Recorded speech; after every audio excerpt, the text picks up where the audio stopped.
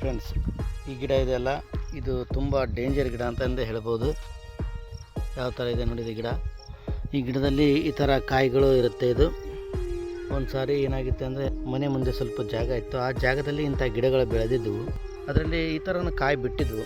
ಆವಾಗ ಹುಡುಗರು, ಆಟ ಆಡುವಂಥ ಹುಡುಗರು ಏನು ಮಾಡಿದ್ರು ಅಂದರೆ, ಇದರಲ್ಲಿರುವ ಕಾಯಿಯನ್ನು ಒಡೆದುಬಿಟ್ಟು 3-4 ಜನ ಹುಡುಗರು ಇದರಲ್ಲಿರುವಂಥ ಬೀಜಗಳನ್ನು ತಿಂದಿದ್ರು.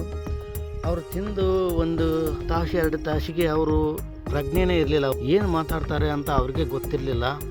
ಆ ಥರ ಆ ಹುಡುಗರು ಅವರು ಆಟ ಆಡುವಾಗ ಏನೇನು ಮಾತಾಡಿದ್ರು ಅದನ್ನೆಲ್ಲ ಮಾತಾಡ್ತಾಯಿದ್ರು. ಅದನ್ನು ನಮಗೆಲ್ಲ ಆಶ್ಚರ್ಯ ಆಯಿತು. ಯಾಕೆ ಈ ಥರ ಇವರು ಮಾತಾಡ್ತಿದ್ದಾರೆ, ಏನಾಯಿತು ಅಂತ ವಿಚಾರಣೆ ಮಾಡಿದಾಗ ನಮಗೆ ತಿಳಿದು ಬಂದಿದ್ದಂದರೆ, ಈ ಕಾಯಿಗಳನ್ನು ಅವರು ತಿಂದಿದ್ದಾರೆ ಅಂತ ನಮಗೆ ಗೊತ್ತಾಯಿತು. ಆ ಹುಡುಗರಿಗೆ ಆದಂಥ ಅನುಭವನ ನಿಮಗೆ ಹಂಚಿಕೊಂಡೇನೆ. ಯಾಕೆಂದರೆ ಇವಾಗ ರಜೆ ಇರೋದ್ರಿಂದ ಅನೇಕ ಹುಡುಗರು ಹೊಲಗಳಿಗೆ ಅಥವಾ ಅಲ್ಲಿ ಇಲ್ಲಿ ಓಡಾಡುವಾಗ ಈ ಥರ ಗಿಡ ಇದ್ದರೆ ಹುಡುಗರು ಸ್ವಲ್ಪ ಹುಷಾರಿ, ಯಾವುದೇ ಕಾಯಿಗಳನ್ನು ಇವನ್ನ ತಿನ್ನಕ್ಕೆ ಹೋಗಬೇಡಿ ಅಂತ ನಾವು ಮನವಿ ಮಾಡ್ಕೋತೀವಿ.